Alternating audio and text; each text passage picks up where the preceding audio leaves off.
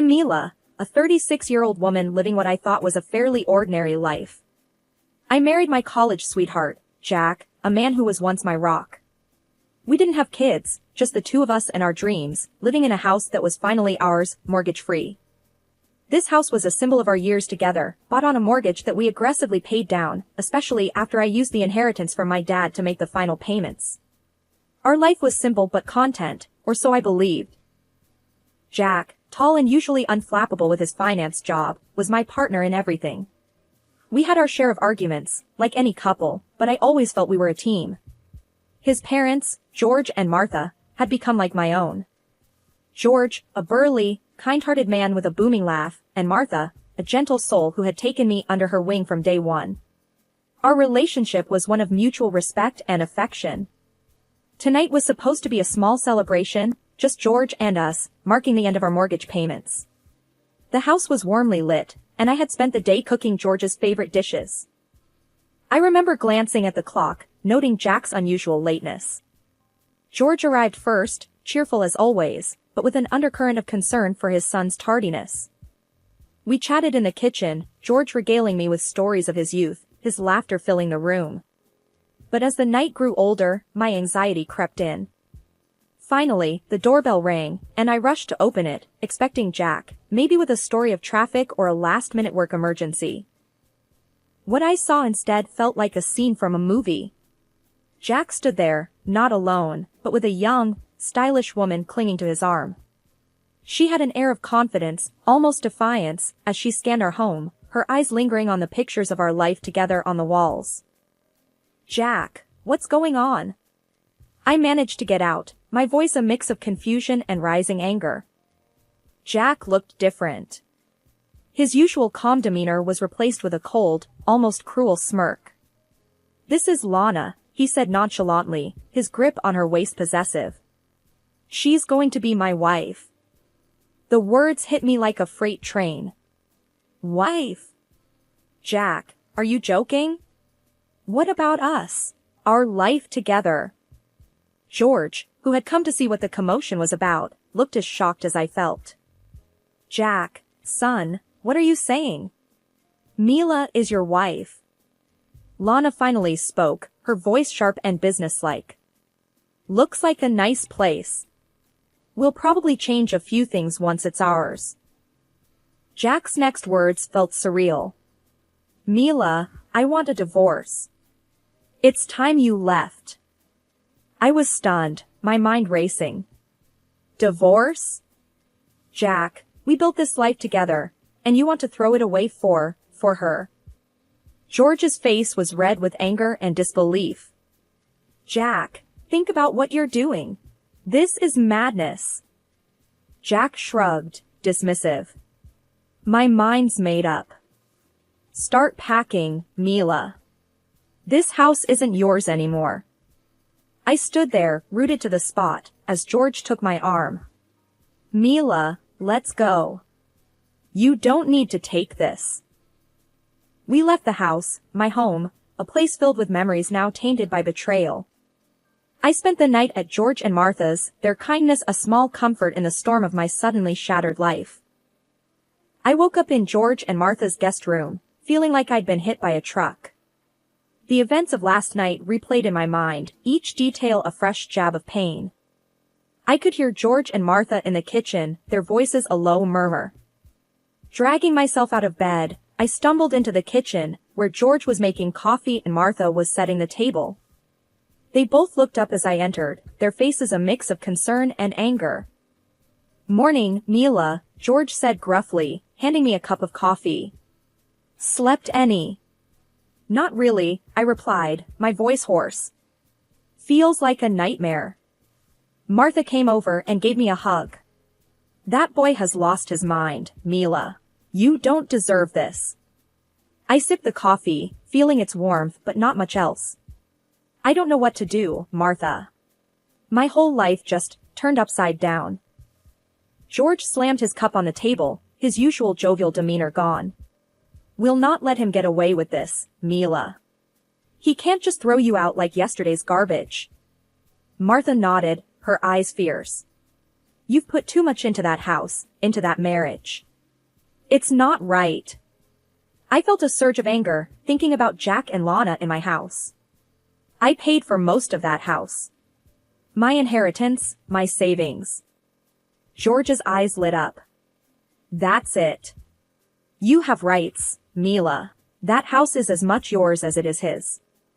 Martha was quick to agree. Yes, you need to fight for what's yours. Don't let that woman take everything from you. I started to feel a fire building inside me, fueled by their support. You're right. I won't let Jack and his mistress walk all over me. George stood up, determination on his face. We'll get a lawyer, someone who can sort this mess out. You won't be alone in this, Mila. Martha squeezed my hand. We're with you, every step of the way. That boy needs a lesson on how to treat people. Sitting there with them, I felt a flicker of hope. Maybe, just maybe, I could get through this. But I knew it was going to be a long, hard fight. The morning at George and Martha's had stirred something in me, a sense of resolve I hadn't felt in a long time. I spent the day buried in financial records, piecing together every contribution I'd made towards our home. The dining table was littered with bank statements, mortgage documents, and old receipts, tangible proof of my investment in what was supposed to be our shared dream. George, sitting across from me, was meticulously going through each document. Look at this, Mila. You've paid more than half of the mortgage, and that's not even counting your inheritance. You have a strong claim to the house. I nodded, my fingers tracing the figures that represented years of my life. I'm going to call Jack. He needs to understand he can't just erase me from his life and take everything we built together. Martha, who had been brewing some coffee, set a cup in front of me. Be clear and stand your ground, Mila.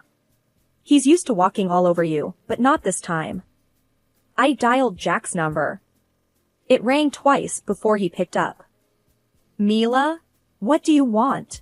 His voice was dismissive, cold. I took a deep breath, steadying my nerves. Jack, I've been looking over our finances. It turns out I've put more money into the house.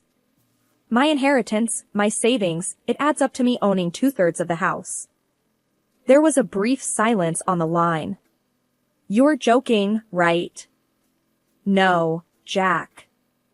I'm dead serious. I've calculated it all. If you want to keep the house, you need to buy out my share. That's $266,000. I could almost hear his sneer through the phone. You think you can just demand money out of the blue? This isn't a demand, Jack. It's what I'm owed. It's fair. You can either pay me, or we sell the house and split the money. Your choice. Jack's voice was laced with annoyance. Fine, you'll get your money. But after this, we're done. I hung up, my heart racing. He agreed to pay, I said, half in shock. George was beaming with pride. You did good, Mila. Standing up to him like that. Martha came over and hugged me. I'm proud of you, Mila. You're taking control of your life again. That afternoon, as I sorted through more paperwork, George and Martha shared stories of their own struggles and triumphs, reminding me that resilience was a family trait. We discussed lawyers, next steps, and strategies, turning their kitchen into a war room of sorts. As evening fell, George cooked dinner, a simple stew that filled the house with a comforting aroma. We ate together, talking about everything but the situation at hand, giving me a much-needed break from the stress. The battle was far from over, but for the first time since this whole nightmare began, I felt like I wasn't facing it alone. With George and Martha's support, I had a fighting chance. And as I drifted off to sleep, I clung to that thought like a lifeline. The morning of the divorce proceedings, I walked into the lawyer's office with a steely resolve. The office was cold and sterile, the kind of place where futures were dismantled and rearranged. Jack entered, his face an emotionless mask. He wasn't alone, Lana, his mistress, was glued to his side. Her confidence seemed forced, a thin veneer over her uncertainty. I could feel their surprise as they saw me sitting there, calm and composed. Before Jack could even find his words, I cut to the chase. I'm pregnant, Jack. Jack's eyes widened, his composure slipping. What? Pregnant? Lana's face twisted from confidence to confusion and then to rage. You said you hadn't touched her in months. You lying jerk. I ignored her outburst and continued, I'm asking for alimony, Jack. $800 a month, for the next 21 years. For our child. The lawyer, Mr. Harris, a middle-aged man with a stern face, nodded in approval. Given the circumstances, Mrs. Smith's request is perfectly reasonable. Jack looked like he had been punched. This is insane. You can't just spring this on me and expect me to pay up. I met his gaze squarely. I can and I am. You made your bed, now lie in it. You owe this to our child, if not to me. Lana was fuming, her voice shrill with anger. Jack, you can't do this. She's clearly trying to trap you. Jack, flustered and overwhelmed, ran a hand through his hair. I need time to think. Mr. Harris interjected, Mr. Smith, the law is clear. You have a financial responsibility to your child. Jack slumped into the chair, defeated. Fine, he muttered. I'll pay the alimony. As they left, Lana was hissing into Jack's ear, her facade of poise completely shattered. I remained seated, feeling a mixture of triumph and sadness. This wasn't just about the money, it was about standing up for myself and my future child. In the following weeks, I worked with Mr. Harris to iron out the details. He was impressed with my resolve, often remarking on my newfound toughness. You're not the same woman who walked into my office a month ago, he said during one of our meetings. I smiled, feeling a sense of empowerment. I guess I'm not. I have someone else to think about now. As I left his office after signing the final papers, I felt a sense of closure. The battle was tough, but I had come out stronger. I was ready to face whatever came next, not just for me, but for my child as well. The future was uncertain, but for the first time in a long time, I felt like I had a say in it. After the tumultuous divorce proceedings, I found an unexpected source of strength in Jack's parents, George and Martha. We sat in their cozy living room, a stark contrast to the cold lawyer's office, plotting our next move. George, always a man of action, was pacing the room. We need to show that scoundrel he can't just trample over our family, he said, his voice tinged with anger. Martha, ever the strategist, added, we've got to be smart about this. We can't just barge in there and make a scene. I nodded, feeling a mix of gratitude and determination. I agree. But what can we do? He's made his bed with Lana. George stopped pacing and turned to me. What if we visit them? Regularly. Make our presence felt. Remind Jack of the family he's turning his back on. Martha's eyes lit up. Yes, and it'll drive that little homewrecker up the wall. She won't like us being around, reminding her of what she's done. I couldn't help but smile at their cunning plan. You think it'll work? Make her uncomfortable? George grinned. Oh, I'm sure it will. We'll be the most annoying, ever-present in-laws. She won't know what hit her. Martha clapped her hands together. We'll start tomorrow.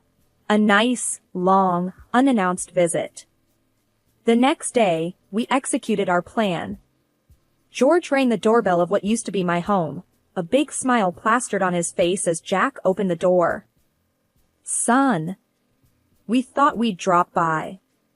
Spend some quality time together, George boomed, stepping inside without waiting for an invitation. Lana appeared behind Jack, her smile forced. Oh, what a surprise. And what is she doing here?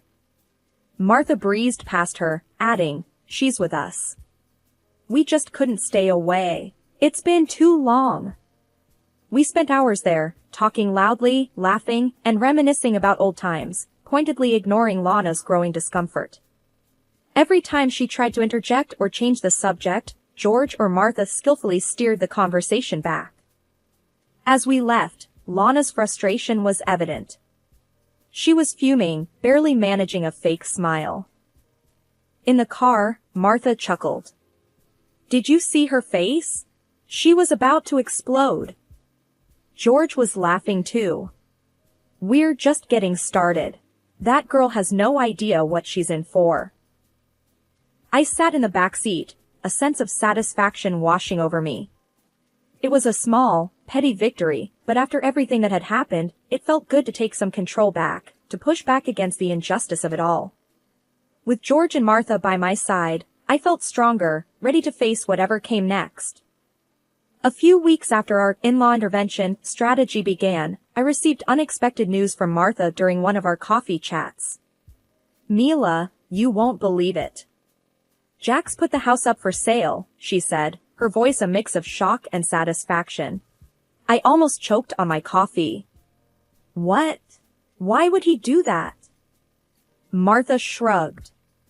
"Seems like Lana can't stand us being around. She's pushing him to move." I pondered the situation, an idea slowly forming in my mind. "Martha, what if I bought the house back?" George, who had been quietly reading the newspaper, looked up. "Buy it back? You think that's a good idea?" I nodded. "Yes, but at a lower price. Jack's desperate, and I have the money from the settlement. It's perfect." Martha smiled slyly. "That would be quite the turn of events. Imagine Lana's face if she knew." I contacted a realtor friend, explaining the situation and my plan. She agreed to help, ensuring my identity remained hidden during the negotiations. A week later, I sat with my realtor friend, discussing our strategy. Jack's asking for a high price, but we know he's desperate. "Let's lowball him." My realtor nodded. "I'll start the negotiations. He won't know it's you until the deal is sealed." The negotiations went back and forth for days. Finally, Jack caved, accepting a much lower offer than his initial asking price. My realtor friend called me with the news. "We got it, Mila." "He accepted the offer," she said, barely containing her excitement. I couldn't help but laugh. "I can't believe it. I'm buying my house back." The day we closed the deal, I met my realtor at the office. "You're now the proud owner of your old house," she said, handing me the keys. The day I reclaimed my house was a day of triumph. I stood outside the familiar front door, the weight of the keys in my hand symbolizing so much more than mere ownership. My heart pounded with a mix of excitement and apprehension as I prepared to face Jack and Lana one last time in what was once our shared home. Unlocking the door, I stepped inside. The sight of Jack and Lana, surrounded by boxes in the midst of packing, brought a sense of surreal finality. They both looked up, shock and disbelief etched on their faces. "What the hell, Mila? How did you get in here?" Jack's voice was a mixture of anger and confusion. I couldn't help but smirk. "Oh, didn't you hear? I'm the new owner." "Surprise!" Lana's face turned a shade of red, her eyes wide in shock. "You? This has to be some kind of sick joke." Crossing my arms, I leaned against the door frame. "No joke, Lana. I bought the house. It's mine now, and you two are trespassing." Jack's face contorted with anger. "This is low, even for you, Mila. You think you can just waltz back in here and take over?" I straightened up, my voice firm and unwavering. "Yes, Jack, that's exactly what I'm doing. You wanted me out, and now I'm back. My house, my rules. Time for you to leave." Lana, fuming, spat out, "You can't do this. We have rights." I walked into the living room, standing my ground. The only right you have right now is to walk out of my house. I suggest you do it quickly. Jack, realizing the futility of arguing, began to gather his belongings. Lana followed suit, her movements jerky with frustration. As they left, Lana hissed at me, "You haven't won anything, Mila." Watching them leave, I felt a surge of empowerment. This house, which had witnessed the rise and fall of my marriage, was now a symbol of my resilience. It was a battleground where I had emerged victorious. After the door closed behind them, I walked through the empty rooms. Each space echoed with memories, both good and bad, but now it was time to make new ones. I envisioned the house filled with laughter and love once more, a sanctuary for me and my future child. Sitting down in the quiet living room, I allowed myself a moment to take it all in. I had come full circle, but this time, I was in control, a victor reclaiming her kingdom. The journey had been fraught with pain and betrayal, but it had led me to this moment of triumph. My house, my rules, my life. I was ready to start anew, stronger and more determined than ever. One afternoon, as I was arranging the nursery for my soon-to-arrive baby, there was a knock on the door. I opened it to find George and Martha, beaming with smiles. "Mila, dear, how are you holding up?" Martha asked as she stepped inside, her eyes taking in the changes I'd made. "I'm doing well, Martha." "Getting ready for the baby," I replied, leading them into the living room. George, carrying a bag of baby clothes, chuckled. "This little one is going to be spoiled rotten by us, you know that, right?" I laughed, the sound bright and genuine. I wouldn't have it any other way. As we sat, chatting and laughing, another knock came at the door. This time, it was Jack. He looked different, worn out, a little defeated. "Can we talk, Mila?" Jack's voice was low, lacking its usual confidence. I hesitated but nodded, stepping outside to talk to him privately. I messed up, Mila," Jack started, not meeting my eyes. "Lana left me. I'm broke, and I was hoping." I cut him off, my voice steady. "Hoping for what, Jack? For me to take you back? After everything?" Jack's face crumpled. "I know I don't deserve it, but I have nowhere else to go." I looked at him, the man I once loved, now just a stranger filled with regrets. "Jack, I've moved on. I'm starting a new life, for me and my baby. You need to do the same." He nodded slowly, the reality of the situation sinking in. "I understand. I'm sorry, Mila." As he walked away, I felt a closure I didn't know I needed. Turning back to the house, I saw George and Martha watching through the window, their expressions a mix of concern and support. "He won't bother you again, will he?" George asked as I walked back in. I shook my head. "No, he won't. I made it clear." Martha hugged me. "You're so strong, Mila.